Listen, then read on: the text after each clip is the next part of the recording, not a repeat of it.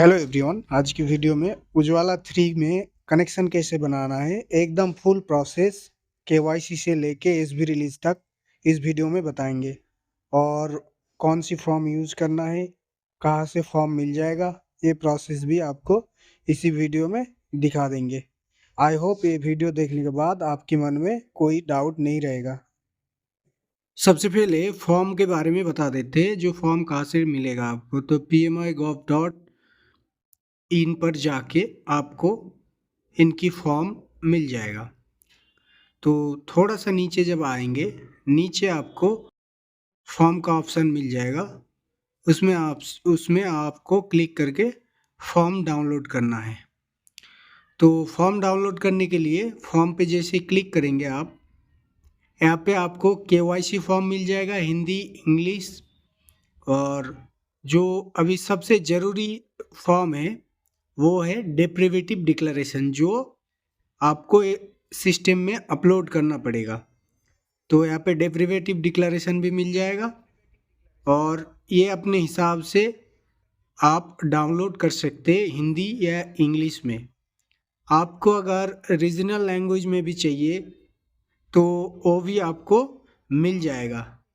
इसके नीचे जब अब आएंगे, फॉर्म इन अदर लैंग्वेजेस, जैसे केवाईसी फॉर्म, मैंने केवाईसी फॉर्म पे क्लिक करा।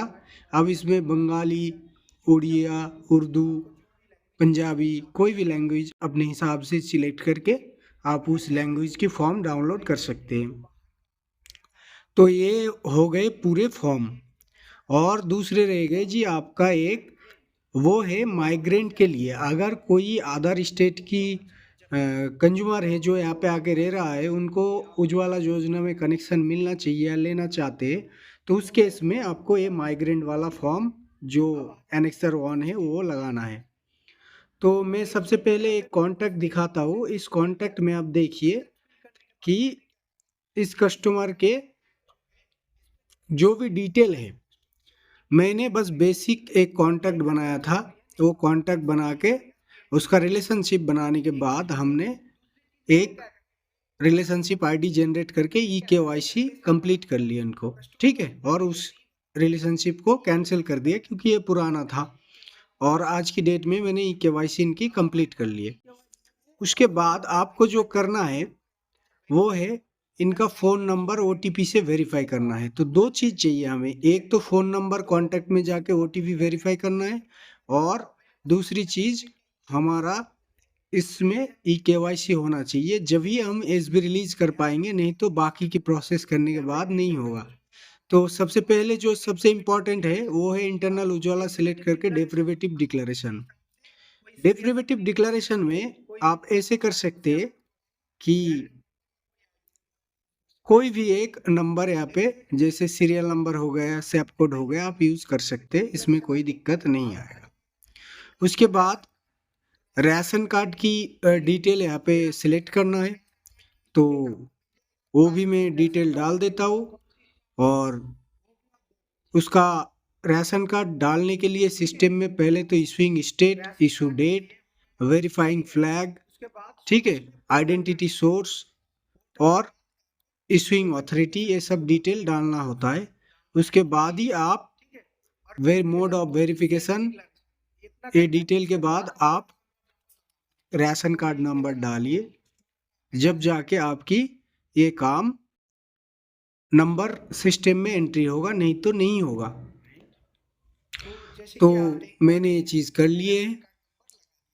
तो उसके बाद दोबारा प्लस करेंगे, और जैसे कि ये फॉर्म हरियाणा स्टेट की है, तो हरियाणा में क्या है, एक फैमिली आईडी है सेंट्रल, हमने इसे POI करके ID issued by central state government कर दिए। तो इसका एक नंबर जो है हरियाणा स्टेट में मिल जाता है, फैमिली आईडी, उसमें सारे फैमिली की डिटेल होती है, फैमिली मेंबर की। तो ऐसे ही मान के चलिए आपके स्टेट में ये चीज़ नहीं है, तो फिर आपको मिल जाएगा मनरेगा, ठीक है। मनरेगा या जॉब कार्ड जो होते हैं उनकी नंबर वगैरह डाल के भी आपका उनका फैमिली डिटेल देख सकते हैं उसमें। या वेस्ट बंगाल की केस्ट में स्वास्थ्य साथी कार्ड भी होता है, तो ये कार्ड देख के भी फैमिली डिटेल आप पता लगा सकते हैं। और 18 प्लस जितने भी होते हैं मेंबर, उनके आधार सिस्टम में हमें नॉमिनी के तौर पर या एक्टिव हाउस होल्ड की तौर पर हमें यहाँ पे डालना होता है। तो देखिए मैंने सारे डिटेल डाल दिया, यहाँ पे डबल प्लस करना होता है, पहले मैंने कर लिया। और उसके बाद आपको क्या करना है, बीपीएल फ्लैग तो यस होना चाहिए, रिलेशनशिप में सेल्फ होना चाहिए, और कैटेगरी अदर हो ओबीसी हो जो भी है उस हिसाब से आप सेट कर लीजिए, या जनरल हो सकते हैं। ठीक है, ये सारी चीज करने के बाद आपको और एक इम्पॉर्टेंट चीज है, वो है पेमेंट प्रोफाइल। उसमें क्या होता है, आपको कंज्यूमर की जिसमें भी बैंक डिटेल है वो डालना पड़ता है, तो ये चीज आप कर लीजिए। उसके बाद आप पेमेंट प्रोफाइल होने के बाद आप इनकी फैमिली डिटेल डालना पड़ेगा। तो पर्सनल एड्रेस पे क्लिक करने के बाद जब हम प्लस करेंगे तो इनकी फैमिली डिटेल हम फिल कर सकते हैं।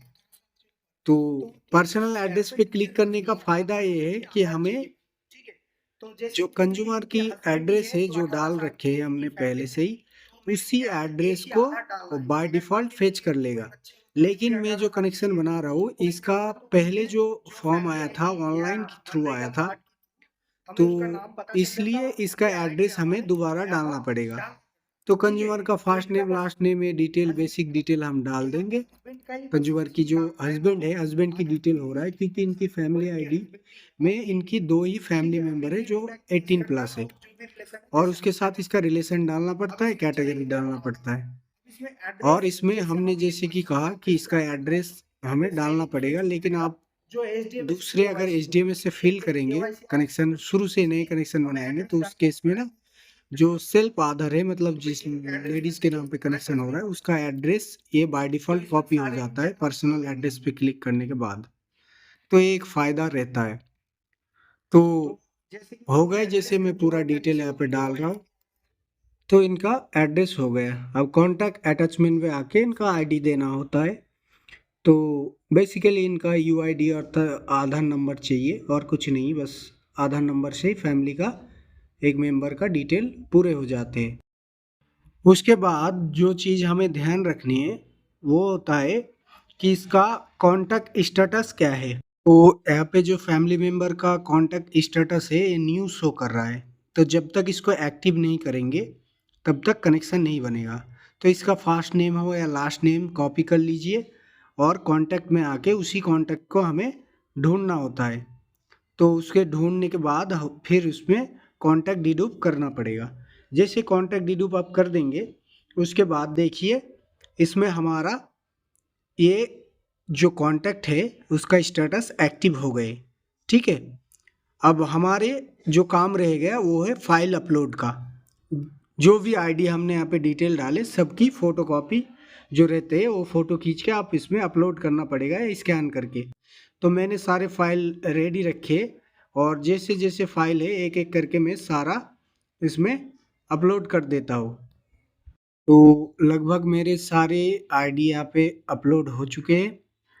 ठीक है, ये सारे जैसे आईडी मेरे अपलोड हो चुके हैं, उसके बाद की प्रोसेस मैं आपको अभी दिखाता हूँ कि करना क्या है। जैसे आपकी सारी आईडी ये हो जाए, उसके बाद आपको बनाना है इसका रिलेशनशिप आईडी।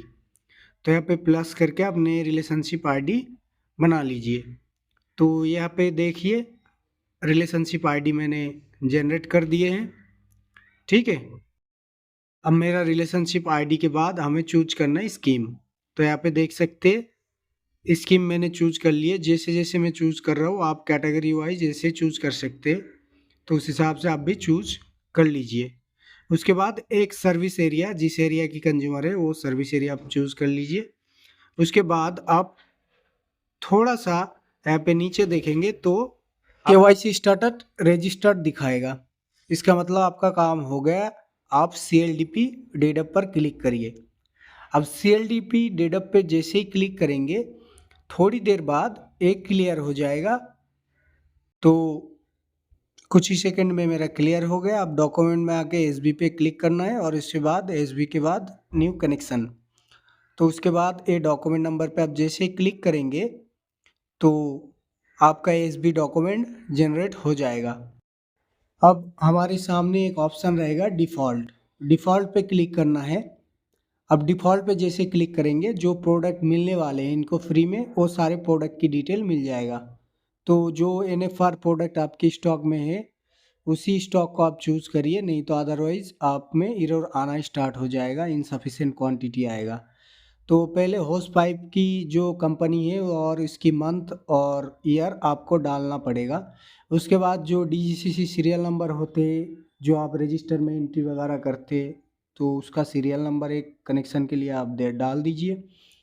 उसके बाद आप अपना जो है प्रेशर रेगुलेटर की कंपनी के नाम, मंथ और सीरियल नंबर डाल दीजिए।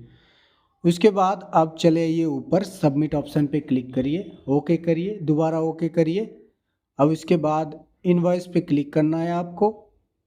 तो सबमिट होने में कुछ सेकेंड टाइम लेता है। उसके बाद इनवॉइस पे क्लिक कर दीजिए। अब देखिए इनवॉइस पे क्लिक हो गया, इनवॉइस को कंप्लीट कर दीजिए। अब इनवॉइस जैसे कंप्लीट हो जाएगा वैसे ऑटोमेटिक इंस्टॉलेशन ऑर्डर जनरेट हो जाएगा इस कंज्यूमर का। तो इंस्टॉलेशन ऑर्डर हमारा जनरेट हो गए हैं, आप देख सकते हैं। ठीक है, अब इसमें क्या कर सकते हैं, हम इसमें जो इनका एसबी डॉक्यूमेंट है वो डाउनलोड कर सकते हैं। तो आई होप ये प्रोसेस आप सभी को अच्छा लगा। कोई भी मन में डाउट है तो आप कमेंट कर सकते हैं। आई होप आप सभी को हेल्प मिला होगा इस वीडियो से। Thank you, bye bye.